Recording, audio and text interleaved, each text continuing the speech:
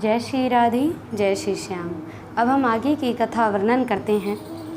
वाल्मीकि रामायण में आगे 24वें सर्ग में वर्णन आया जो बालकांड के, कि प्रभु श्री राम दिव्य भाव से बड़ा ही मन में आनंद ले जब रात्रि में शिव आश्रम में विश्राम किया तो प्रातःकाल होते ही विश्वामित्र से पहले उठकर ही उनके चरण वंदना करके सब देवताओं का तर्पण आदि करके सभी की पूजा पाठ नियम आदि करके विश्वामित्र के समक्ष खड़े थे।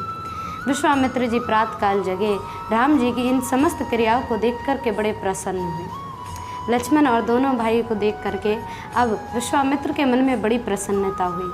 सभी महर्षियों से कहा कि अब हम गंगा पार जाएंगे। सभी महर्षियों ने कहा कि प्रभु आपकी सेवा हमें प्राप्त हो, ये तो हमारा बड़ा ही धन्य भाग है। इसीलिए सभी महर्षियों ने एक नाव मंगवा करके स्वयं उस नाव को स्वयं नाविक बन करके विश्वामित्र प्रभु श्री राम और लक्ष्मण को पार लगाने के लिए तैयार हुए। अब तो जैसे ही नाव में बैठे राम जी, लक्ष्मण जी और विश्वामित्र जी, तो विश्वामित्र बोले कि महर्षि, जिससे कि विलंब ना हो आप स्वयं ही ऐसा मार्ग तय करें।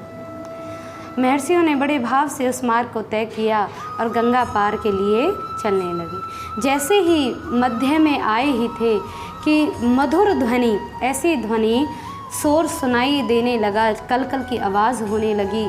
अब तो प्रभु श्री राम के मन में संदेह हुआ और पूछने लगे कि प्रभु ये जो ध्वनि है ये कैसे प्रकट हो रही है, इस ध्वनि का कारण बताइए। तो विश्वामित्र जी कहने लगे कि अरे राम, आप इसका कारण पूछते हो, हम अवश्य ही कारण बताएंगे। कि कैलाश पर्वत पर एक कुंड है, दिव्य सरोवर है, जिसे ब्रह्मा जी ने अपने मन से प्रकट किया था। ब्रह्मा जी ने उस सरोवर को अपने मन से प्रकट किया, इसीलिए उस सरोवर का नाम पड़ गया मानस सरोवर, यानी मान सरोवर, जिसे हम मान सरोवर के नाम से जानते हैं, लेकिन जिसे पूर्व काल में मानस सरोवर के नाम से जाना जाता था। तो उसी मानस सरोवर से ब्रह्मसर से, क्योंकि उस मानस सरोवर को ब्रह्मसर भी कहते हैं, उसी ब्रह्मसर से होकर के दिव्य जल धारा अयोध्या से सटकर जो बहती है, उस धारा का नाम बना सरयू नदी।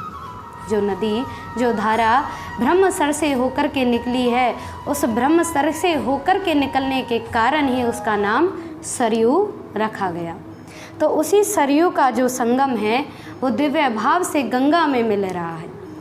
दोनों नदियों का जल आपस में संघर्षण होता है और उसी संघर्षण से ये जो मधुर ध्वनि है, ये ध्वनि प्रकट होती है।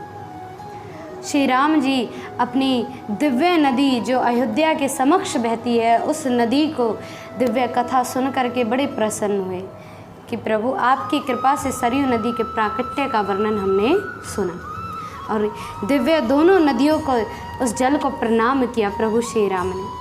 अब दक्षिण किनारे पर जैसे ही प्रभु श्री राम उतरे तो थोड़ी सी आगे चलने लगे। अब आगे चले कि सामने देखा एक बड़ा विकराल वन आया। विश्वामित्र से कहने लगे कि प्रभु ये कैसा विकराल वन है, यहाँ तो पक्षी भी कोई मधुर बोली नहीं बोलता, सबके विकराल मुख हैं, ऐसे विकराल पक्षी हैं, ऐसी विकराल ध्वनि है। यहाँ तो सब ध्वनि ऐसे विकराल हैं जिसे सुनने से ही मन खट्टा हो जाए। प्रभु श्री राम की बात सुनकर विश्वामित्र जी अब आगे की कथा वर्णन करने लगे। तो विश्वामित्र जी ने आगे क्या वर्णन किया वो हम अगली वीडियोज़ में आपसे अवश्य ही उस कथा का समागम करेंगे। तब तक के लिए आप ऐसे ही दिव्य कथाओं को श्रवण करते रहें, आनंदित रहें, प्रसन्न रहें। जय श्री राधे, जय श्री श्याम।